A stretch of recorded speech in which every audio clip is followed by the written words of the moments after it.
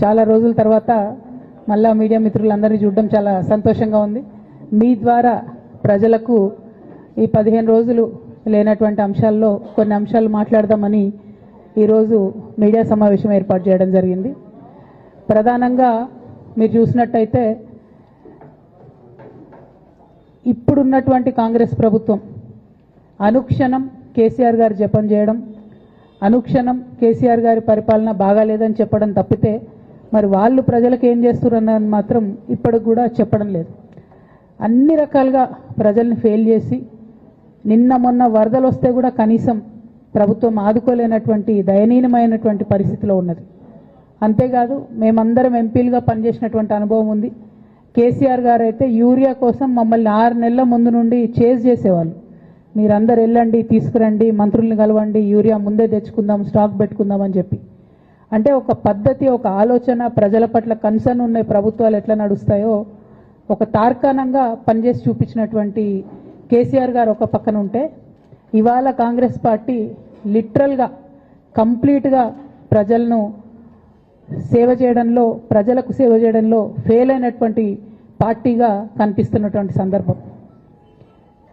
మరి అటువంటి పార్టీ కేసీఆర్ గారు తరతరాలకు తరగని ఆస్తిగా కట్టినటువంటి కాళేశ్వరం ప్రాజెక్టును మరి బద్నాం చేస్తూ, అందులో ఒక చిన్న పార్ట్ మేడిగడ్డ అనేటటువంటిది, మహాసముద్రం లాంటి కాళేశ్వరం ప్రాజెక్టులో మేడిగడ్డ అనేది ఒక చిన్న పార్ట్. ఆ చిన్న పార్టులో ఒక 3 పిల్లర్లు కుంగిపోతే 2.5 ఏండ్ల నుంచి అదే లొలి పెడుతున్నారు. కాళేశ్వరం మొత్తం కూలిపోయింది, కాళేశ్వరం మొత్తం కూలిపోయిందని మాట్లాడుతున్న సందర్భం. ఇక దానికి నిన్న పరాకాష్ఠకు చేరుకున్నది అసెంబ్లీ వేదికగా అనేక మాటలు కేసీఆర్ గారిని అనడం.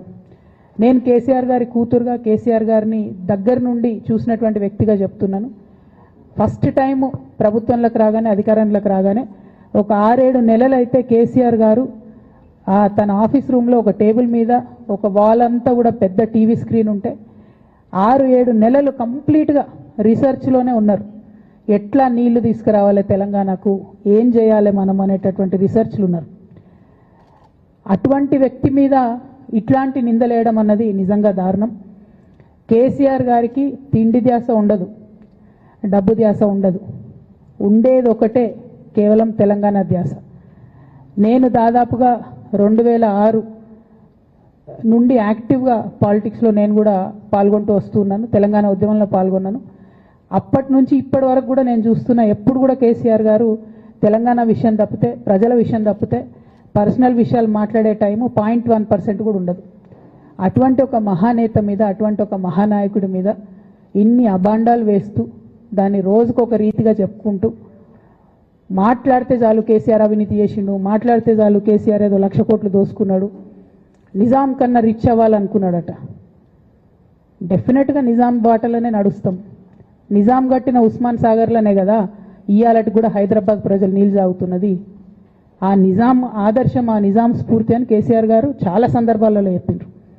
ఇవాళ కాళేశ్వరం కడితే నేను చెప్తున్నా గ్యారెంటీగా ఇంకా 200 సంవత్సరాల తర్వాత కూడా తెలంగాణ బిడ్డలు కేసీఆర్ గారిని తలుచుకుంటాం. అటువంటి గొప్ప ప్రాజెక్టు కాళేశ్వరం ప్రాజెక్టు. ఆ ప్రాజెక్టు డెప్త్ అర్థం కాక, తెలంగాణ భౌగోళిక స్వరూపం మీకు అర్థం కాక, మీకు తెలంగాణ పట్ల అవగాహన లేక, కేసీఆర్ గారికి ఉన్న నాలెడ్జ్, ఆయన ఎక్స్పీరియన్స్, ఆయన ఉమ్మడి ఆంధ్రప్రదేశ్లో ఆయన అనుభవించినటువంటి వివక్ష, ఇప్పుడున్న ముఖ్యమంత్రి గారు ఉమ్మడి ఆంధ్రప్రదేశ్లో కూడా మనకు వ్యతిరేకంగా పనిచేసినటువంటి వ్యక్తి, ఇప్పటికి కూడా పక్క రాష్ట్రం ఎజెండా అమలు చేసేటటువంటి వ్యక్తి, ఇప్పటికి కూడా అక్కడ బనకచెర్ల కడతా ఉంటే మాట్లాడినటువంటి వ్యక్తి. అటువంటి వ్యక్తి నిన్న పొద్దు నుండి సాయంత్రం వరకు అసెంబ్లీలో కేసీఆర్ గారిని ఎన్ని అనరాని మాటలు అన్నారు, వింటుంటే గుండె తరుక్కపోతూ ఉంది. ఎందుకోసం అనాలి అన్ని మాటలు కేసీఆర్ గారిని? కేవలం రాజకీయ లబ్ధి పొందడానికి మాత్రమే, అంతకుమించి ఏమీ లేదు. ఇదే రేవంత్ రెడ్డి గారు అంతకుముందు ఒక టీవీ ఇంటర్వ్యూలో చెప్పారు, కేసీఆర్ గారికి పైసల మీద ఆశ లేదు, పాపం ఆయనకు మీటింగ్ పెట్టాలంటే కూడా పైసలు ఎప్పుడు కావాలంటే అప్పుడు చూస్తారు ఎక్కడున్నాయని, కానీ అప్పటిదాకా ఆలోచన కూడా చేయరని. మరి అటువంటి కేసీఆర్ గారి మీద ఇంత కుట్రపూరితంగా అభాండాలు ఎందుకు వేస్తున్నారు? వేసేటటువంటి అవకాశం ఎవరిచ్చారు అన్నది కూడా ఇవాళ బీఆర్ఎస్ పార్టీ శ్రేణులు కూడా ఆలోచన చేయాలి, తెలంగాణ ప్రజలు కూడా ఆలోచన చేయాలి. ఎందుకోసం వస్తుంది కేసీఆర్ గారికి అవినీతి మరక ఎవరి వల్ల అంటింది? అలా అది ఆలోచన చేసుకోవాలి కదా మనం కూడా.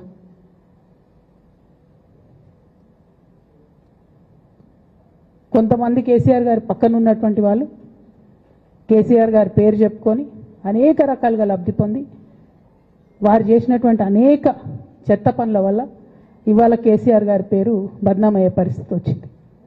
అయినా మళ్ళీ వాళ్ళనే మోస్తాం, అయినా మళ్ళీ వాళ్ళనే ముందుకు తీసుకెళ్తామని అనుకుంటే పార్టీ ఎట్లా ముందటికి పోతుంది?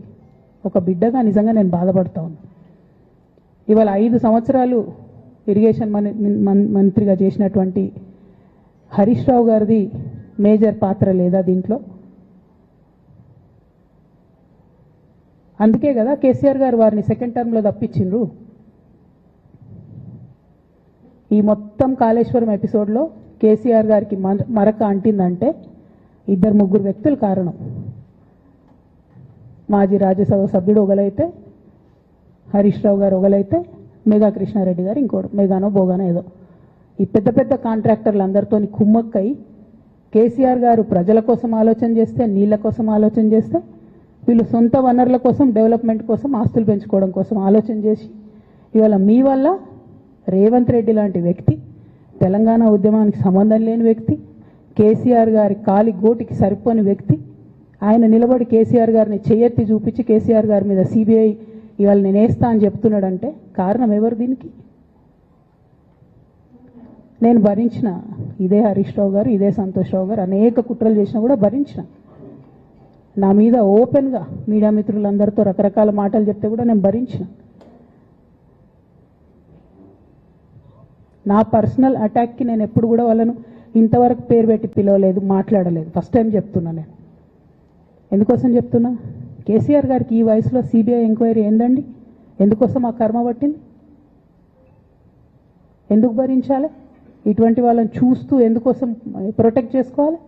బీఆర్ఎస్ పార్టీ తమ్ముల కోపం రావచ్చు, కానీ వాస్తవాలు చేదుగున్నా అప్పుడప్పుడు మాట్లాడుకుంటేనే, మందు తీసుకుంటేనే ఆరోగ్యం మంచిగా అవుతుంది. ఇట్లా చెప్పుకుంటూ పోతే చాలా చాలా అంశాలు ఉన్నాయి. వాటన్నిటి జోలికి నేను పోదలుచుకోలేదు. కానీ కేసీఆర్ గారు హిమాలయ పర్వతం అంత ఎత్తు లాంటి పర్సనాలిటీ ఆయనది. ఆయనను చేయబెట్టి చూపించి అవినీతి అని అంటే నిజంగా చాలా బాధ అవుతా ఉన్నది. ఎందుకంటే నా పెళ్ళప్పుడు నా పెళ్లి చేయడానికి కూడా ఇబ్బంది పడ్డటువంటి వ్యక్తి ఆయన. రాజకీయాలలో 40-50 ఏళ్ళు ఉంటే కూడా ఆస్తులు సంపాదించుకోలే కేసీఆర్ గారు. అనేక మంది వాళ్ళు మాట్లాడుతుంటారు, చాలా మాటలు మాట్లాడుతుంటారు, కానీ నాకు తెలుసు, నేను దగ్గరుండి ఆర్థిక పరిస్థితి చూసిన కాబట్టి ఎన్నడూ ఆయనకు ఆశ లేదు. అటువంటి మనిషిని పట్టుకొని సిబిఐ ఎంక్వైరీ ఇస్తాం, ఇదేస్తాం, అదేస్తాం. ఎవరు కారణం దీనికి అంతటికి?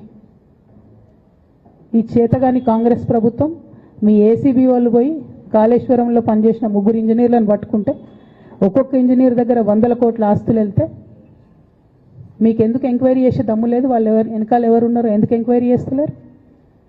ఖచ్చితంగా నేను ఇవాళ చెప్తా ఉన్నా, హరీష్ రావు గారు వెనక, సంతోష్ రావు గారు వెనక రేవంత్ రెడ్డి గారు ఉన్నారు. వాళ్ళని ఖచ్చితంగా కాపాడతారు అన్ని విషయాలను. వాళ్ళని ఏమనరు, వాళ్ళ గురించి ఏం మాట్లాడరు. బాణం ఎంతసేపు కేసీఆర్ గారి మీద ఉంటుంది. కేసీఆర్ గారిని మాట్లాడాలి, కేసీఆర్ గారిని బదనాం చేయాలి. కానీ దగ్గరుండి ఈ అవినీతి అనకొండలు బీఆర్ఎస్ పార్టీని ఏదైతే డిస్టర్బ్ చేసిండ్రో వాళ్ళని మాత్రం ఏమనరు. ఈ ఇంటర్నల్ అండర్స్టాండింగ్ అనేది ఎక్స్పోజ్ కావాలి. రేపటి నుంచి నేను ఛాలెంజ్ చేసి చెప్తున్నా కదా, రేపటి నుంచి ఏం మాట్లాడతారు తెలుసా? ఈ మొత్తం బ్యాచ్లన్నిటికీ సోషల్ మీడియా బ్యాచ్లు ఉన్నాయి. వీళ్ళందరికీ బాగా చాలా చాలా బ్యాచ్లు ఉన్నాయి. వాళ్ళంతా రేపటి నుంచి ఏమంటారు? నన్ను ఒకళ్ళు బీజేపీ ఆపరేట్ చేస్తుంది అంటారు, ఒకళ్ళు కాంగ్రెస్ ఆపరేట్ చేస్తుంది అంటారు, ఒకళ్ళు రేవంత్ రెడ్డి చెప్తే మాట్లాడుతుంది అంటారు, ఇంకోళ్ళు బండి సంజయ్ చెప్తే మాట్లాడుతుంది అంటారు. ఖబర్దార్ బిడ్డ, నేను ఎవరు చెప్తే ఆడేటటువంటి తోలుబొమ్మని కాదు.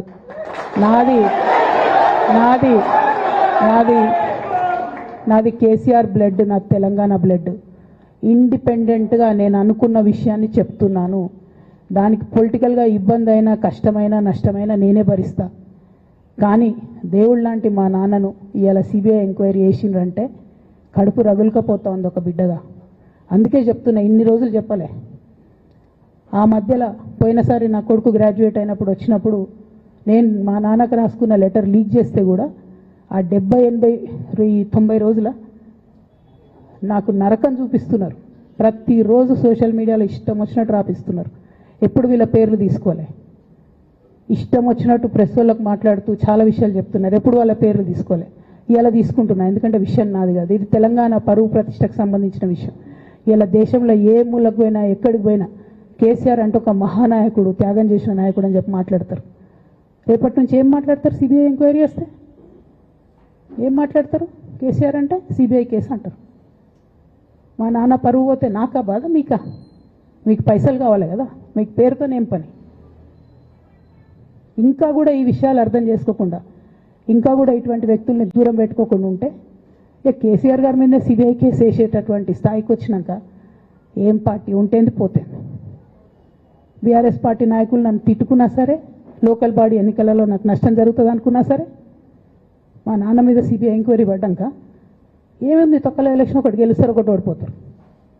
అసలు ఓడిపోయే పరిస్థితి ఎట్లా వచ్చింది? ఇటువంటి దుర్మార్గుల వల్ల కాదా వచ్చింది? ఆలోచన చేసుకోవాలి కదా.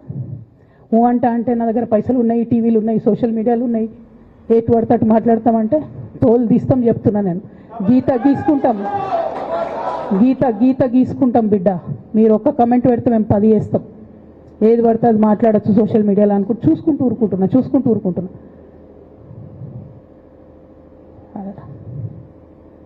పెద్ద సార్ దగ్గరికి వచ్చినాక ఇక కాంప్రమైజ్ అయ్యేది ఏం లేదు. ఘోష్ కమిషన్ వేసిన రోజే నేను చెప్పిన, ఎందుకు రియాక్ట్ కాలేదు పార్టీ అని అడిగిన ఆ రోజునే. నిన్న సిబిఐ ఎంక్వైరీ వేస్తున్నా అని రేవంత్ రెడ్డి గారు అసెంబ్లీలో చెప్తే తెలంగాణ బంద్ ఖాళీ వద్దా, బగ్గు మనొద్దా తెలంగాణ? ఎట్లా మాట్లాడతారు? నిజంగానే మనిషి అవినీతి అయితే, నిజంగానే మనిషి డబ్బులు తినోడైతే వేరు మాట. ఆయనకు తిండి మీద కూడా ధ్యాస ఉండదా బాబు? తెలంగాణ అదే పిచ్చి.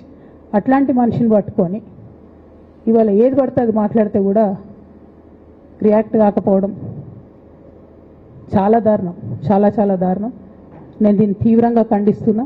At the same time Congress government PC Ghosh commission వేసిండ్రు. రెండేళ్ల నుంచి టైంపాస్ చేస్తారు. ఆ కమిషన్ రిపోర్ట్ వచ్చింది. ఆ రిపోర్ట్ నిన్న అసెంబ్లీలో పెట్టిండ్రు. ఇంకా దానికి ఏమిట్లకేం లేదు, దాంట్లోకి ఏం చర్యలు తీసుకుంటారో చెప్పారు, ఏం చేస్తారో చెప్పారు, తక్కువని సిబిఐకి ఇచ్చేస్తారు. అంటే ఇది ప్రీ ప్లాన్డ్, ప్రీ మెడిటేటెడ్, ఖచ్చితంగా కేసీఆర్ గారి ప్రతిష్ట దెబ్బతీయాలనేటటువంటి ప్రీ మెడిటేటెడ్ అటాక్ తప్పితే ఇంకోటి కాదు. ఇన్ని ఏజెన్సీస్ ఉన్నాయి రాష్ట్ర ప్రభుత్వంలో. మీ ఏసీబీకే దొరికింది కదా ఇదే కాళేశ్వరంలో అవినీతి తిమంగళాలు. ఏమైంది? ఆ రిపోర్ట్ ఏమైంది? వాళ్ళ మీద చర్యలు ఏమైనాయి? దాని కంక్లూజన్ ఏంది? ఒక్క చిన్న ఎంక్వైరీ కూడా ఇప్పటివరకు కంక్లూడ్ చేయలేదు కాంగ్రెస్ గవర్నమెంట్. ప్రచారం ఎక్కువ, పని తక్కువ. ఎప్పుడైనా మీ తప్పిదాలు బయటపడుతున్నాయి అనుకుంటే, ఎప్పుడన్నా ప్రజలు తిరగబడతారు అనుకుంటే వెంటనే ఒక రిపోర్ట్ వేయాలి, వెంటనే కేసీఆర్ మీద ఒక ఆరోపణ చేయాలి. ఇప్పటికి కూడా రేవంత్ రెడ్డి గారికి కేసీఆర్ గారి పేరు చెప్పుకోకపోతే ఆయన ఫోటో కూడా పేపర్లో వేరేమో అని భయం పాపం. అందుకని ఆయన రోజు పొద్దుగాలేస్తే కేసీఆర్ని తిట్టుడే తప్పితే ఇంతవరకు కూడా వేరే ఆలోచన చేయడం లేదు. మేము డిమాండ్ చేస్తూ ఉన్నాం కాంగ్రెస్ ప్రభుత్వాన్ని, మీరు బట్టగాల్చి మీదేసినట్టు ఆరోపణలు వేయడం కాదు, మీకు దమ్ము ధైర్యం ఉంటే నేను పేర్లు కూడా చెప్పిన, చూడండి ఎక్కడి వరకు పోతారో చూస్తాం. మీకు అండర్స్టాండింగ్ లేకపోతే మీకు అండర్స్టాండింగ్ పెట్టుకొని కేసీఆర్ గారిని టార్గెట్ చేయడం ఇది పొలిటికల్గా కరెక్ట్ కాదు. మన రాష్ట్రంలో ఇటువంటి వాతావరణం ఇదివరకు లేకుండే, రేపు పొద్దున కూడా ఉండొద్దని చెప్పి నేను కోరుతాను. కాంగ్రెస్ ప్రభుత్వం కేవలం కాళేశ్వరం విషయమే కాదు, బీసీల విషయంలో ఎంతగా మోసం చేస్తున్నారు. ఫస్ట్ ఏమో బిల్లు పెడతారు, మేమందరం లొల్లి పెడితే టైంపాస్ చేసి 1.5 year తర్వాత బిల్లు పెట్టిరు. బిల్లు పెడితే కనీసం గవర్నర్ దగ్గర పోరు, కనీసం రాష్ట్రపతి దగ్గర పోరు, ప్రధానమంత్రి దగ్గర పోరు. గవర్నర్ పెండింగ్ పెట్టుకుంటే ఎందుకు సుప్రీంకోర్టు కోతలేరు? ఇంకా కూడా మళ్ళీ ఛాలెంజ్ చేసి అడుగుతా ఉన్నాను నేను, ఎందుకు సుప్రీంకోర్టు కోతలేరు? మీరు September 30 లోపల ఎన్నికలు చేస్తామని చెప్పిండ్రు. September 30 లోపలన్నా సుప్రీంకోర్టుకు పోండి. డీమ్ టు బి అప్రూవ్డ్ అనుకుంటే ఇదే ఎలక్షన్లో బెనిఫిట్ అవుతుంది కదా బీసీలకు. ఆ తర్వాత ఇంకొక ఆర్డినెన్స్ తెచ్చిరు, అది పెండింగ్ ఉంది గవర్నర్ దగ్గర. కనీసం దాని మీద సుప్రీంకోర్టు కోండి, దాని మీద కూడా పోతలేరు. మళ్ళీ నిన్న కొత్త కథ, 50% స్లాబ్ ఎత్తేస్తామట. కామెడీ రోజు రోజుకి. ఏంది ఇది? ఎందుకోసం అంటే ఇదంతా బీహార్లో ఎన్నికలు అవుతున్నాయి. వాళ్ళ రాహుల్ గాంధీ గారి పిఆర్ యాక్టివిటీకి రోజు ముచ్చట చెప్పాలి ఆయన. ఇక్కడ వీళ్ళు నిన్న 50% క్యాప్ ఎత్తేస్తున్నామని కొత్త కథ చెప్పిండ్రు. మీరు చూడుని రేపెల్లు నుంచి రాహుల్ గాంధీ బీహార్లో ఏం మాట్లాడతాడు, హమ్నే 50% సీట్ తోడది అంటాడు ఆయన బీహార్ ఎన్నికలలో. ఆయన అక్కడ చెప్పుకోవాలి కాబట్టి పిఆర్ యాక్టివిటీ కోసం వీళ్ళు ఇక్కడ చేస్తున్నారు తప్పితే బీహార్ ఎన్నికల కోసం తెలంగాణ బీసీ బిడ్డలను బలిపెడుతున్నారు రేవంత్ రెడ్డి గారు తప్పితే నిజంగా చిత్తశుద్ధితోని బీసీలకు ఏదైనా బెనిఫిట్ చేద్దామనే ఉద్దేశమే మీకు లేదు. అటువంటి ఉద్దేశం మీకు ఉంటే మీ వైఖరి ఇట్లా ఉండదు. కేవలం కాంగ్రెస్ పార్టీ బీసీలను నయవంచన చేస్తున్నది. మీరు ఇట్లనే చేస్తుంటే బీహార్ ఎన్నికలు వస్తే మేము తెలంగాణ జాగృతి మొత్తం పోయి బీహార్లో మీకు వ్యతిరేకంగా ప్రచారం చేస్తాం. తెలంగాణ బీసీలను మీరు మోసం చేసిరని చెప్పి అక్కడికి పోయి కూడా మీకు ప్రచారం చేస్తాం. మీ యొక్క బండారం కూడా బయట పెడతామని ఈ సందర్భంగా నేను తెలియజేస్తా ఉన్నా.